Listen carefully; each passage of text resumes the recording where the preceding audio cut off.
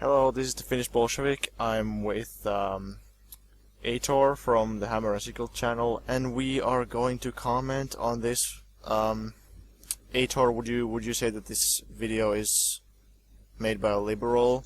Because I'm not too familiar with this person. Well, I haven't really watched too much of her videos, but from what I see, it looks more like one of those anti-SJW types. But in any case, we're gonna take a look at this one video and comment on it. The man who coined the term alt-right was socked in the face for the second time in a week by Antifa protesters.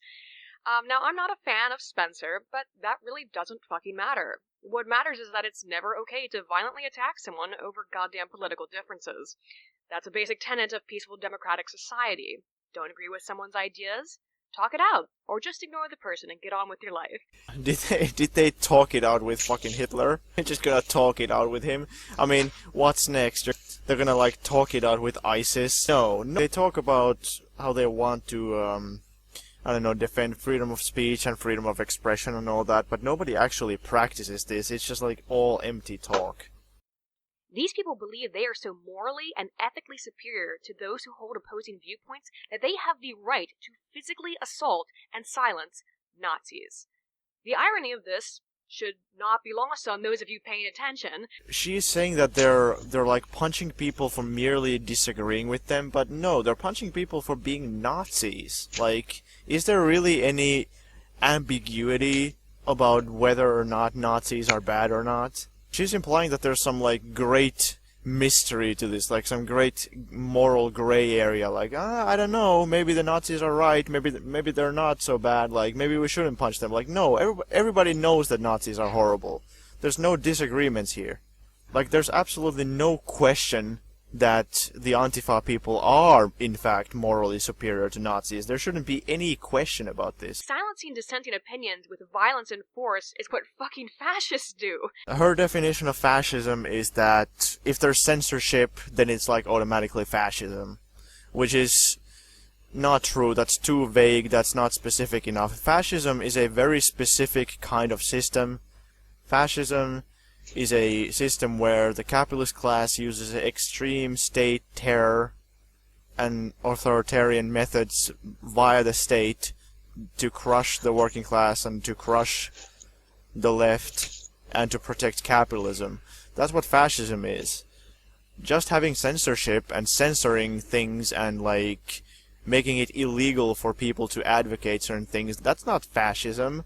Like, in so many countries, which are predominantly liberal countries, there are hate speech laws, which make it illegal for you to advocate, for example, the genocide of Jews, or like lynching people, or killing people because they're Muslim. Around here in Brazil, Go ahead. Around here in Brazil, it's illegal to like make Nazi propaganda or even Nazi symbolism in the streets. So, yeah, we have anti-Nazi laws, and we're not a horrible fascist dictatorship or anything. Why do these people insist on defending Nazism? I mean, I guess it's because they think that true liberty is allowing any kind of form of, basically, speech. Like, basically they think that, oh, it's okay for a Nazi to say to a Jew that he needs to burn a fucking gas chamber, but then again they go back on that when it's a Islamist. An Asian Antifa type shot a white burnout because he, quote, looked like a white supremacist.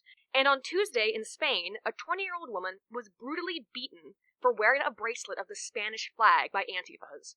Now, that thing about the girl was extremely bullshit because basically, I'll show you some screenshots right here of a Murcia journal, and the journal says that the police said to the judge that the girl was no saint, that she was actually connected with multiple far-right nationalist type of Nazi groups before, and that she actually had many violent episodes of beating people and basically beating the shit out of anyone who wasn't a far rightist. The girl actually used to like do this kind of horrible stuff, like beat the shit out of people like migrants or even LGBT people. So, you know, and I've heard this story like so many times that apparently she was the innocent little girl who like was beaten for being patriotic, which is like the biggest bullshit ever. What is even the point? Like, she just like brings up all these anecdotal things, like dumb things that, or at least allegedly dumb or bad things that Antifa does, or that like some random people who support Antifa or who just simply dislike Nazis or something. Like, yeah, there's people who do stupid things. Like, so what? What does that mean? Like, problem with Antifa is that Antifa is a loose collection of all kinds of different people who just hate fascists. The Antifa organizations are pretty local themselves. Like, there's no national Antifa organization. There's like generally small collectives of like either communists or like anarchists who basically only hear each other for doing certain types of action. Exactly, so if it's just like a relatively loose group of people, especially if there's a bunch of anarchists in it, then it doesn't surprise me that they would occasionally do something stupid. Yeah, and I mean, I thought like the article that she actually gives a source for this story of the guy shooting the other guy, like the article sources another article that says that in the Milo speech, apparently there were multiple white nationalists and that kind of people saying white power and other kind of Nazi chanting. But was the shooter even Antifa? She just said that the shooter was an Antifa type, not even an actual member of Antifa. She's just like really trying to like reach and find something to like attack Antifa with and to defend these Nazis, you know, for some, like, God knows what reason. And ironically, they're the ones behaving like fascists. This is because their cult-like ideology drills into their feeble little brains that they are on the right side of history, which is a very dangerous belief to hold because it essentially instills in these people this mindset that they can do no wrong because they are fighting a holy war. Really, are you really going to post the Antifa? Do you even know what the Antifa did? Like, basically, the Antifa are like a very old organization. They're at least 70 to 80 years old, and they have been fighting fascism since World War II, or even pre-World War II, when they were fighting in the Spanish Civil War, when the actual fascists were trying to destroy democracy at Spain. They're doing no wrong to fighting fascism since their last actions were actually fighting fascism that was opposing democracy, like national fronts from the World War II resistance, or at least today in Ukraine, where basically a neo-Nazi junta is like controlling Ukraine. To boil this down, like, what kind of sense does it make when there's Nazis who want to like kill innocent people and beat innocent people and like beat up, I don't know, just immigrants and LGBT people and all these people who haven't done anything, and then there's Antifa who just wants to beat up Nazis? Like, how are they the same? She's calling them fascists because they use violence. So, by that logic, she would have to be a pacifist. They see the holy war of ISIS as a parallel to their own holy war against the Nazis that they see around every bend. And of course, there aren't Nazis around every bend. I don't even think Spencer identifies as a neo-Nazi, even if he is a white nationalist. So what must Antifa and others in the extreme left do to engage in this jihad against the fascist oppressors? Invent them, of course. She must be blind. Like, they're attacking Nazis. That's what they do. They attack neo-Nazis. Like, I mean, we just proved to you that that girl that was being attacked was a Nazi. They attack Nazis. Now, granted, they also attack other white supremacists and white nationalists, but, I mean, I don't mind. That's what they should do. She says that, Richard Spencer, the guy who got punched, that alt-right guy, that even he doesn't identify as a Nazi, but like, what does that matter? I mean, alt-right is basically just a politically correct term for far-right. Hipster way. Yeah, it's hipster Nazism. Like, Yeah. Richard Spencer is by all intents and purposes a neo-Nazi. He says he supports Adolf Hitler. He just has like some weird, his entire critique of Hitler was like something like Hitler was unsuccessful or something, but he refused to denounce Hitler. He blames everything on the Jews. Like, by all intents and purposes, he is a neo-Nazi. Just because he doesn't literally call himself an open Hitlerite doesn't mean that he's innocent. Nazis these days, they don't want to call themselves Nazis necessarily. First, because they're scared, and second, because it's unpopular, so they try to rebrand themselves with words like white nationalism or alt-right or something like that. Black guy burning down a black church after writing "Vote Trump" on it, to a white guy burning his own motorcycle and truck and writing "a nigger lover" on his garage door. Alright, I actually did a research on those two last cases.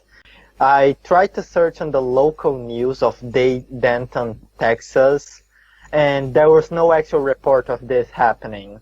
And there's no profile of the wife of the guy who did that, who in the article that she sent saying about the story, that the wife of the guy did a Facebook post, and there's no actual Facebook profile of the guy's wife, or even a remote remark of the actual, of this case actually happening. The other one about black guy burning the church, apparently he already had a very big criminal file, and that basically the investigator said that he tried to make it political, but apparently it probably wasn't. He was probably trying to do something else instead of putting some kind of anti-Trump. Or even more, it can actually be the guy is pro-Trump. We don't know that if the guy is pro-Trump or anti-Trump. She's like reaching pretty damn far, because these people are by no means Antifa members. She says that in order for Antifa to justify itself, they're like trying to invent Nazis, when there are people like Richard Spencer and all these people who are like legit Nazis. So why should anybody try to invent Nazis? Like, clearly they are out there. And second of all, she points to these people who are not Antifa members, and whether or not these things actually happened or not, that doesn't really matter, because they're not Antifa members. They have no connection to Antifa. Even if some guy tried to like fake a church burning or some kind of other terrorist action by a Trump supporting white nationalist, how do you go from that to saying that Antifa is inventing this, when we know for a fact that it happens? Like Dylan Roof, for example, he went to a black church and just like shot everyone, killed them because he was a white supremacist. Why would anybody need to fake these kinds of terrorist actions by white supremacists when, we all know that they are actually happening? I mean, for fuck's sake, even the completely morally bankrupt Southern Poverty Law Center doesn't think there's more than 3,000 KKK members left in the country. Donald Trump is now the president of the United States, and there's like rampant racism, rampant hate crime. There's like refugees are being banned, like Muslim refugees are being banned from entering the US. They're building a fucking wall, and she's like just saying how the Klan is a small organization now, and how like Nazism doesn't exist, and all this, like... Yeah, because nobody wants to join the Klan anymore. Everybody wants to like join their local alt-right group, because basically... Exactly. The KKK has a bad reputation, the same way that Hitlerite Nazism has a bad reputation. That's why these people try to call themselves something else nowadays. They call themselves the alt-right or something similar, but they still hold those same racist white supremacist views. In a desperate attempt to fight the Nazis, they became what they claim to hate the most. She just called the Antifa like social justice kind of group, which it's not the Antifa. Like, the Antifa you can say anything about the Antifa, but you can't really say that they're a social justice group. She says that Antifa is like extreme liberalism, but liberals oppose the use of violence, and violence is like all that Antifa does. Yeah, like, Antifa are like 70 years or 80 years old, so they're from the time that Hitler was actually in power, and there was like gigantic amount of fascism throughout the world. So you can't really say like there's something from the 21st century, because they're not. Yeah, I'm just looking at like the comments on her video, and there's like a bunch of Nazis there supporting her. There's some guy whose name is David Shlomo Cohen Goldberg, who says Antifa are basically communists. They were violent. Why are you not a fascist? There's nothing wrong with it. Yeah. She's saying that like Antifa is just inventing Nazis and there's no Nazis anymore, but there's like, I see a bunch of Nazis in your own comment section. This is the kind of audience that you gather when you do these type of videos. Like, basically most of people who call themselves anti-Antifa are basically neo-Nazis. She said that people who punch Nazis are the bad ones for opposing an ideology that basically goes against your democratic society.